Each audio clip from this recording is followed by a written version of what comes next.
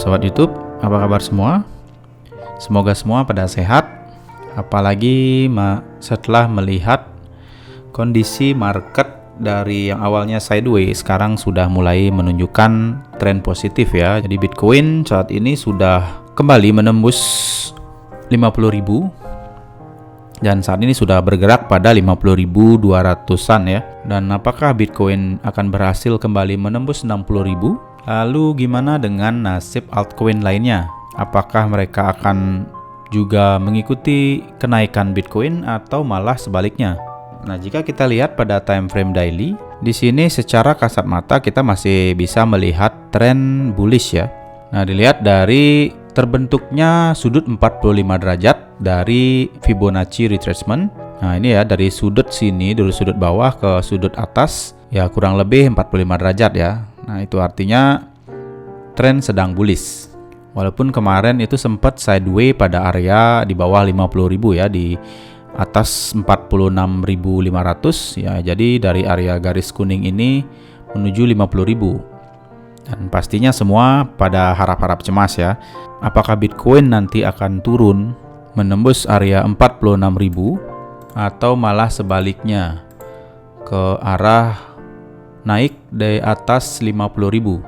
Nah, jika kita lihat pada time frame 4 jam, kemarin itu pada tanggal 3 September ya, ini sudah sempat menembus area 50.000. Namun sekarang turun lagi, koreksi sedikit.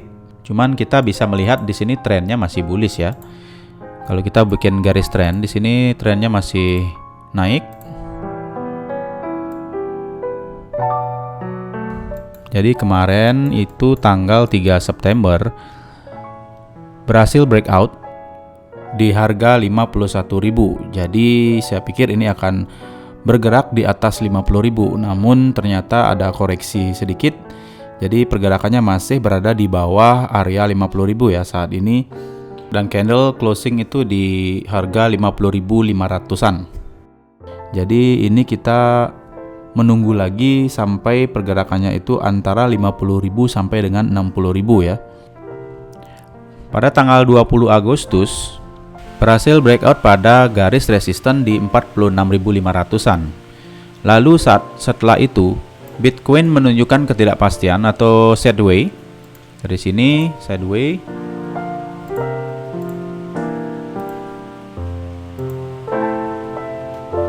turun lagi, naik lagi, dan turun lagi, naik. Saat ini bergerak di sini ya, di 50.200. Nah, ini dari tanggal 20 Agustus sampai dengan hari ini tanggal 4 September menunjukkan pergerakan yang sideways. Apakah nanti Bitcoin ini akan turun lagi dan malah menembus area 46.500 pada garis support 46.500, ataukah sebaliknya Bitcoin akan naik bergerak di atas 50.000. Dan nanti di atas ini kita lihat dulu area resistennya yang di atas itu berada di sini ya. Sini di 58.000. Jadi nanti setelah berhasil menembus 50.000, Bitcoin akan bergerak di sini. Kemungkinan nanti akan sideways lagi. Jadi seperti biasa akan sideways dulu. Dan kita akan menunggu apakah akan menembus area 58.900 dan bergerak di atas 60.000. Maka sudah dipastikan Bitcoin akan kembali menyentuh level 64.800-an atau bisa dibilang 65.000 ya. Ada kemungkinan ini akan melebihi level 65.000. Nah, setelah itu barulah kemungkinan ada koreksi sedikit. Jadi setelah menyentuh atau biasanya koin-koin tersebut setelah mencapai level terbarunya sepanjang masa itu kita harus waspada, karena setelahnya ada kemungkinan besar market akan mengalami koreksi ya. Lalu kapan saatnya kita harus waspada, jaga-jaga jika market ternyata malah turun? Itu kalau menurut saya kita harus waspada jika Bitcoin turun dan breakout pada level 46.500, lalu pergerakannya ada di antara 46.500 ke 42 ya. Jadi jika pergerakannya ada di sini di antara 42.000 sampai dengan 46.000, itu kita wajib waspada. Karena jika ini terjadi, ada kemungkinan besar pergerakannya itu akan berada pada di bawah EMA 200 ya. Nah, ini garis putih ini EMA 200. Nah, ini EMA 200, pergerakannya nanti akan begini. Jika seandainya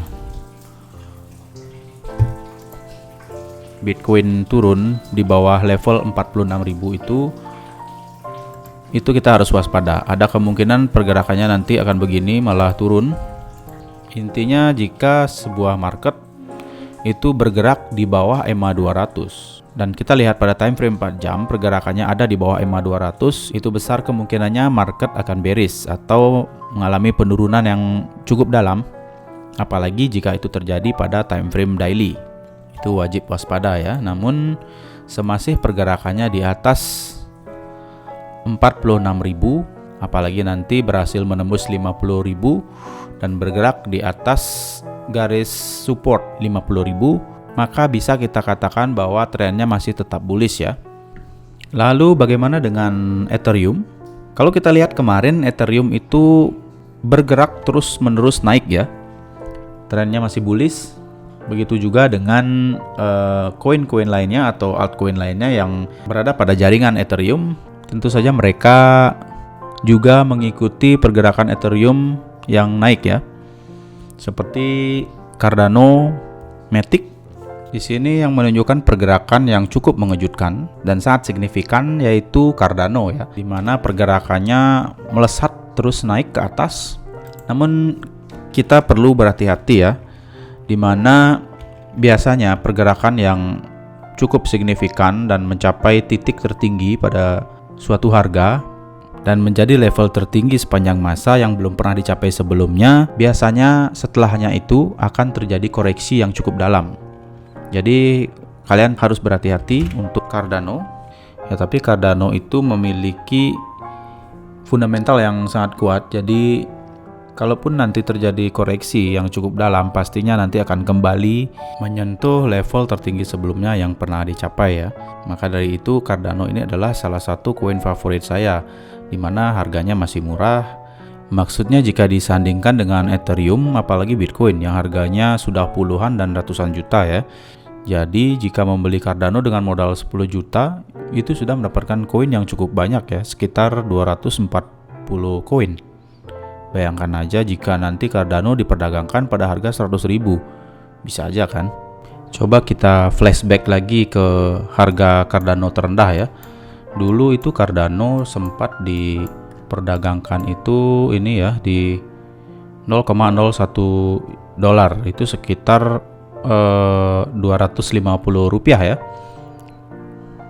Di titik ini sini 0,018 ya, sekitar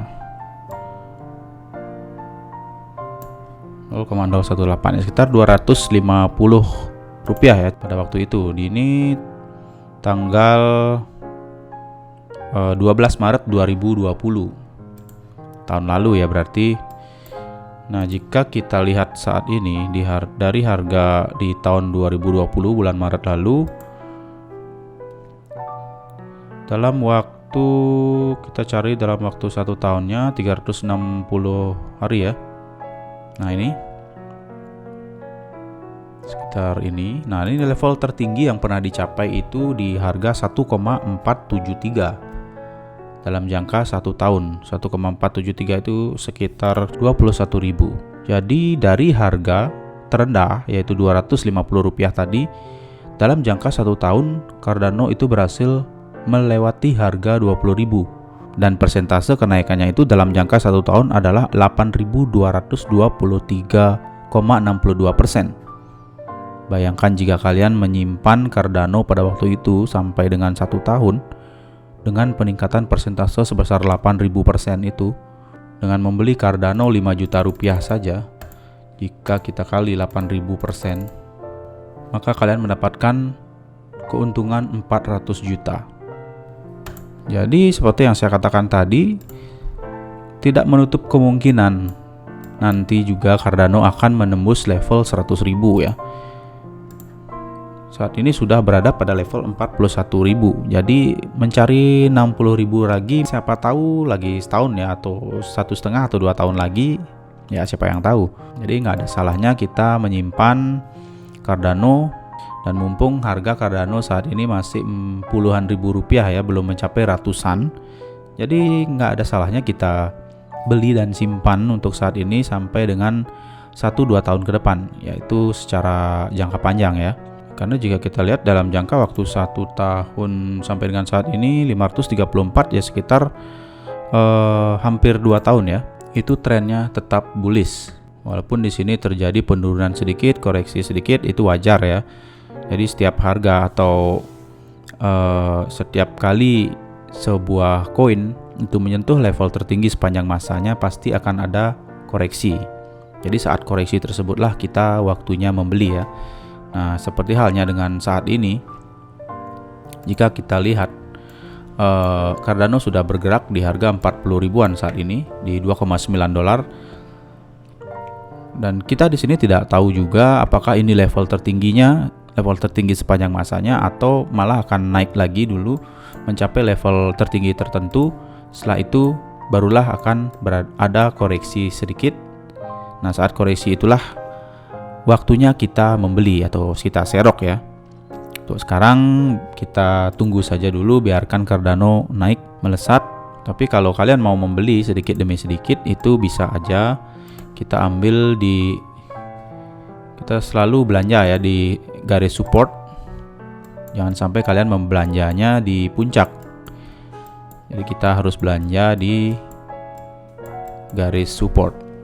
Nah, ini EMA 200 ini yang merah ini bisa menjadi garis support juga ketika Cardano turun menyentuh EMA 200. Saat itu kita bisa melakukan pembelian. Seperti itu. Tapi jika seandainya pada level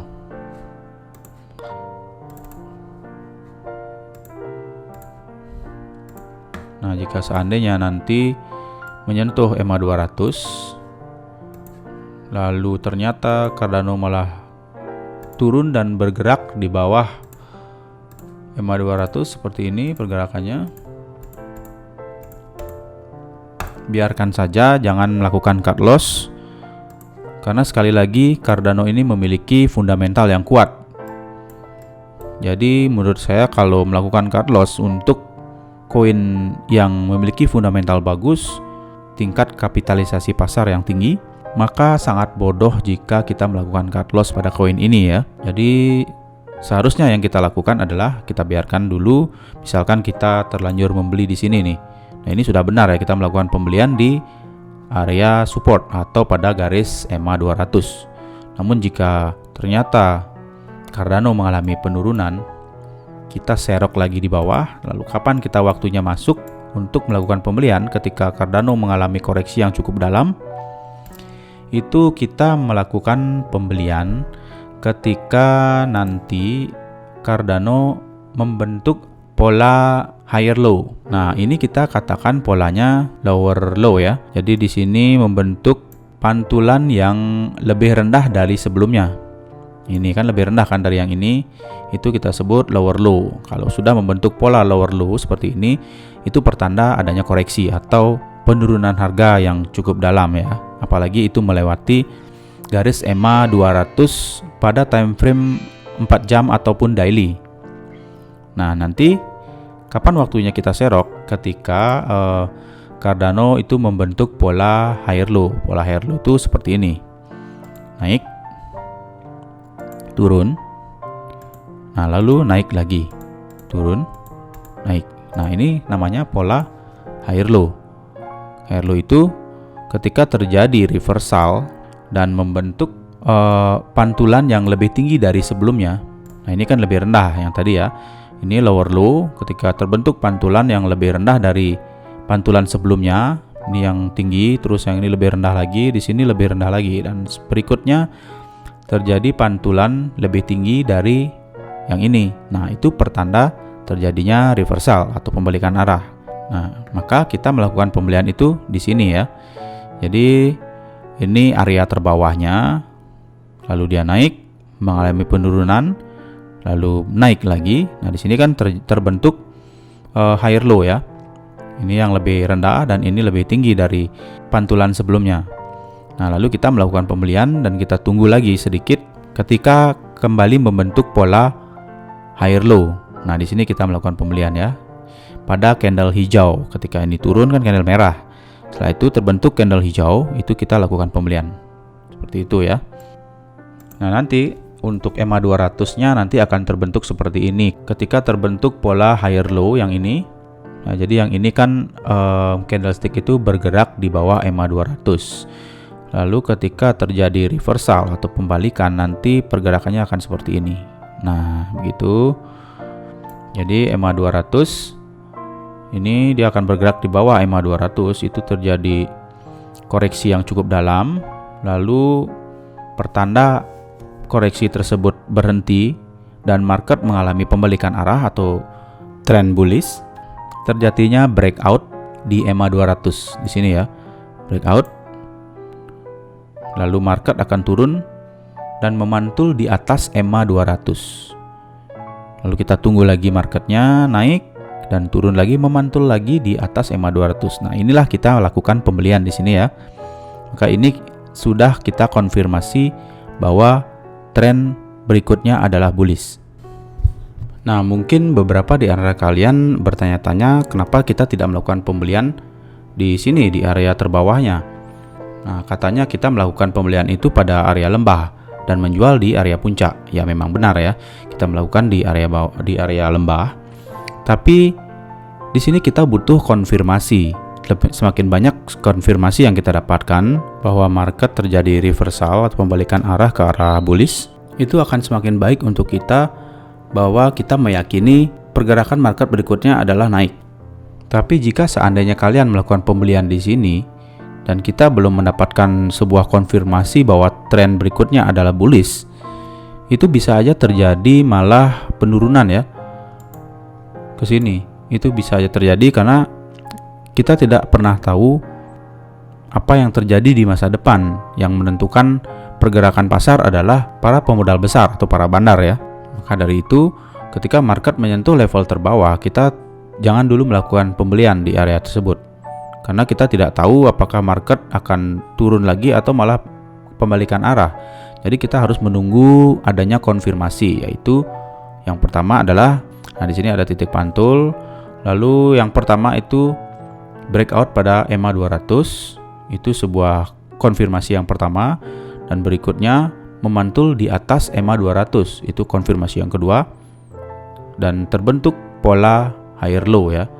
Berikutnya memantul lagi di atas EMA 200 dan tidak menembus lagi ke bawah EMA 200, memantul di sini dan pergerakannya ke atas, dan itu barulah kita bisa melakukan pembelian karena itu sudah terkonfirmasi bahwa tren berikutnya adalah bullish.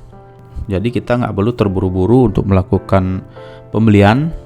Jadi dalam melakukan pembelian kita harus selalu menunggu beberapa konfirmasi bahwa market memang bergerak sebaliknya atau terjadi reversal ya.